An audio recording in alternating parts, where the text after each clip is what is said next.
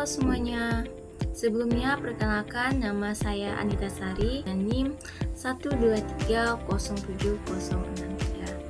Nah teman-teman, pada kesempatan kali ini saya akan memaparkan sebuah materi yang sangat penting untuk kita ketahui teman-teman, yang dimana yaitu tentang sejarah pengelolaan dan regulasi zakat di Indonesia.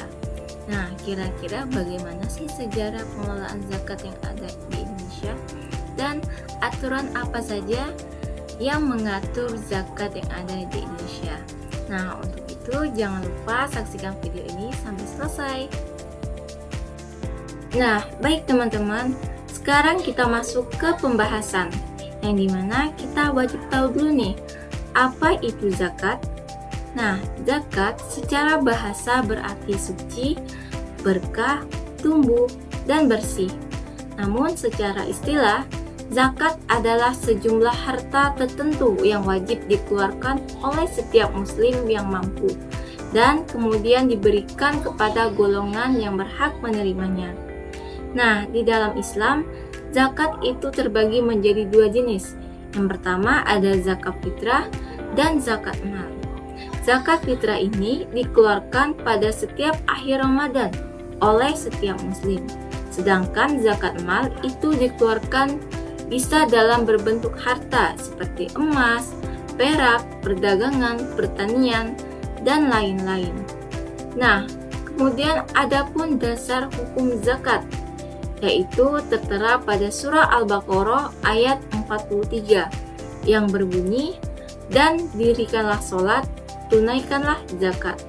Nah, kemudian ada pula di surah At-Taubah ayat 103 yang berbunyi, ambillah zakat dari sebagian harta mereka. Nah, kemudian ada pula dari hadis riwayat Bukhari yang berbunyi, Islam dibangun di atas 5 perkara, salah satunya menunaikan zakat. Nah, kemudian kita masuk ke sejarah zakat pada masa kolonial Belanda. Nah, pada abad ke-7, yaitu masuknya Islam, zakat mulai dipraktikkan oleh komoditas muslim di Nusantara seiring penyebaran Islam. Pengelolaan ini bersifat tradisional melalui ulama dan tokoh masyarakat. Kemudian pada tahun 1882, pemerintah kolonial Belanda mulai melarang pejabat pribumi terlibat dalam pemungutan zakat. Kebijakan ini dimaksudkan untuk melemahkan institusi Islam.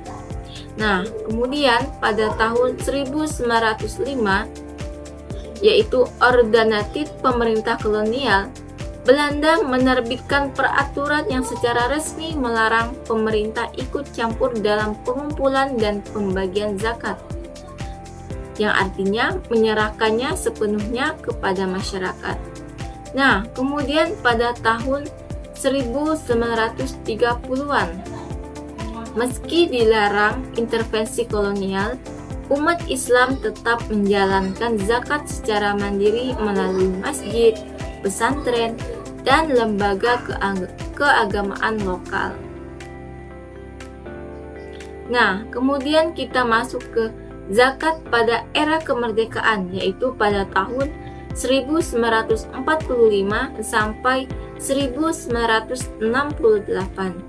Nah, pasca kemerdekaan Indonesia pada tahun 1945, zakat tetap dikelola secara swadaya oleh masyarakat tanpa regulasi formal dari pemerintah. Beberapa perkembangan penting terjadi di periode ini, yaitu pertama pada tahun 1951, yang dimana Kementerian Agama Republik Indonesia mulai memberi perhatian terhadap pengelolaan zakat. Namun, belum ada regulasi khusus yang dikeluarkan pada saat itu. Nah, kemudian pada tahun 1960, Majelis Ulama Indonesia saat itu belum resmi berdiri, dan berbagai ormas Islam menggiatkan seruan pembayaran zakat kepada umat muslim di Indonesia.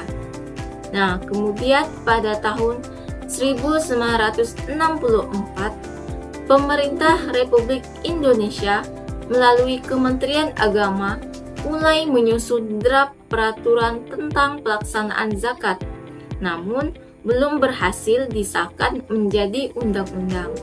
Nah, kemudian pada tahun 1968 terbit Peraturan Menteri Agama yaitu PMA nomor 4 tahun 1968 tentang pembentukan Badan Amil Zakat. Ini adalah regulasi pertama formal tentang zakat di Indonesia pasca kemerdekaan. Kemudian kita masuk ke aturan zakat atau regulasi zakat, yang dimana tertera pada Undang-Undang Nomor 38 Tahun 1999 tentang pengelolaan zakat. Nah, aturan ini dilatar belakangi oleh desakan berbagai ormas Islam dan ulama agar pengelolaan zakat memiliki payung hukum yang kuat dan terstruktur. Nah, adapun isi utama dari undang-undang ini yaitu mengatur pembentukan Badan Amil Zakat atau disingkat dengan BAS di tingkat nasional, provinsi, kabupaten atau kota, serta lembaga amil zakat yang disingkat dengan LAS. Nah, adapun cakupannya yaitu meliputi zakat fitrah dan zakat mal, yang dimana mengatur pengumpulan, pendistribusian, dan pendayagunaan zakat. Nah, adapun sanksi. Nah, dalam undang-undang ini memberikan sanksi bagi pengelolaan zakat yang menyalahgunakan dana zakat, yaitu sebuah pidana penjara atau denda. Nah, adapun kelemahan dari undang-undang ini yaitu tidak ada lembaga pengawas independen. Pelaksanaan masih tumpang tindih antara BAS dan LAS, belum ada integrasi nasional.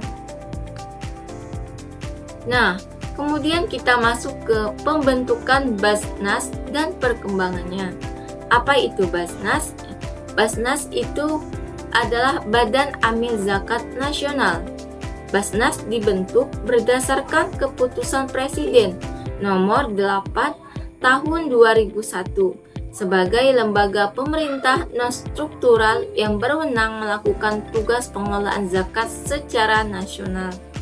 Nah, pada tahun 2001, pembentukan Basnas melalui Kepres nomor 8 tahun 2001 atas amanat Undang-Undang nomor 38 tahun 1999.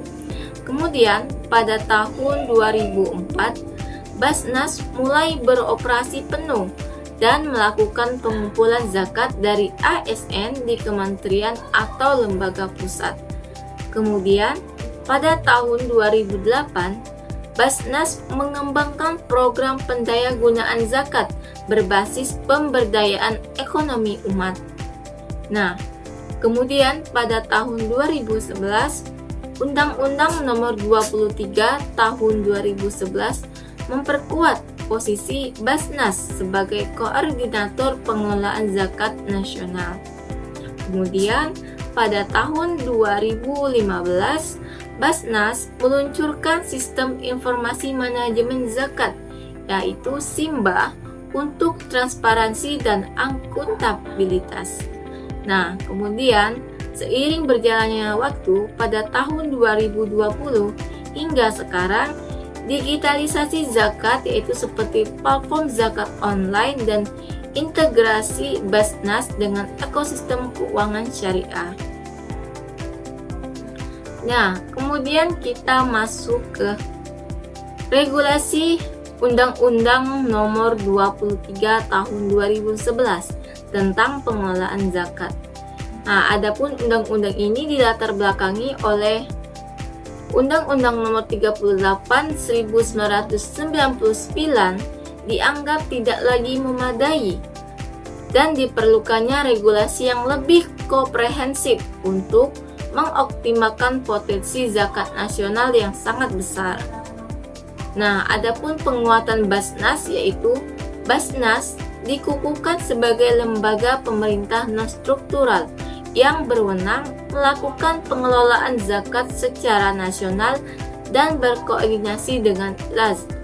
Kemudian integrasi nasional yang artinya seluruh pengelolaan zakat di Indonesia harus terintegrasi dalam satu sistem nasional, yaitu di bawah koordinasi Basnas sendiri. Nah, kemudian pengakuan LAS, yaitu lembaga amil zakat yang dibentuk masyarakat harus mendapat izin dari pemerintah dan berkoordinasi dengan Basnas. Nah, adapun sanksi pidana yaitu pidana penjara hingga 5 tahun atau denda hingga 500 juta bagi yang mengelola zakat tanpa izin atau menyalahgunakan zakat. Nah, selain itu, zakat juga sebagai pengurang pajak. Nah, pembayaran zakat dapat diperhitungkan sebagai pengurang penghasilan kena pajak, mendorong kepatuhan wajib pajak. Nah, kemudian kita masuk ke kelembagaan pengelolaan zakat, yaitu Basnas dan LAS. Nah, Basnas sendiri yaitu Badan Amil Zakat Nasional, sedangkan LAS adalah Lembaga Amil Zakat. Nah, Basnas adalah lembaga pemerintah non-struktural di bawah Presiden, dan dia bertanggung jawab mengkoordinasikan pengelolaan zakat nasional. Kemudian terdiri dari Basnas pusat, provinsi, dan kabupaten atau kota, dan anggotanya ditetapkan oleh Presiden atas usul Menteri Agama. Dan mereka juga menerima laporan dari seluruh LAS resmi di Indonesia, dan mereka menerbitkan laporan tahunan pengumpulan dan penyaluran zakat. Nah, sedangkan LAS itu dibentuk oleh masyarakat atau organisasi Islam dan wajib berizin Menteri Agama, dan mereka beroperasi secara mandiri, namun wajib berkoordinasi dengan Basnas, yaitu contohnya seperti Lazisnu, Lazismu, Rumah Zakat, Dompet Duafa, dan PKPU. Kemudian mereka juga wajib menyampaikan laporan kepada Basnas secara berkala. Nah, LAS ini berskala nasional, provinsi, atau kabupaten dan kota, dan mereka juga dilarang untuk menyalahgunakan dana zakat. Apabila mereka menyalahgunakan zakat, mereka akan diberikan sanksi pidana. Adapun tantangan dan prospek zakat di Indonesia. Potensi zakat di Indonesia itu diperkirakan mencapai 327 triliun per tahun. Data ini diambil dari data Basnas pada tahun 2022. Adapun tantangan yaitu kesadaran masyarakat, yang artinya masih banyak masyarakat muslim yang belum memahami kewajiban zakat mal dan mekanisme penyalurannya melalui lembaga resmi. Nah, adapun kepercayaan publik, yang artinya masih minimnya transparansi pengelolaan zakat di beberapa lembaga menyebabkan masyarakat lebih memilih menyalurkan zakat secara langsung. Kemudian regulasi dan koordinasi, yang artinya tumpang tindih antara BAS dan LAS masih sering terjadi, sehingga sinkronisasi data nasional belum optimal. Nah, adapun peluang besar yaitu digitalisasi. Peluang besar melalui platform digital yaitu fintech zakat untuk menjangkau muzaki milenial. Kemudian kita masuk ke kesimpulan dari materi yang telah saya sampaikan tadi, yaitu zakat merupakan ibadah wajib yang memiliki dimensi sosial dan ekonomi yang sangat penting bagi umat Islam di Indonesia. Sejarah regulasi zakat di Indonesia menunjukkan perkembangan yang signifikan dari pengelolaan secara tradisional pada masa kolonial hingga terbentuknya sistem pengelolaan zakat nasional yang lebih terintegrasi. Nah, perkembangan tersebut semakin diperkuat dengan hadirnya Undang-Undang Nomor 23 Tahun 2011 yang menjadi tonggak penting dalam regulasi zakat modern melalui penguatan peran Basnas dan LAS.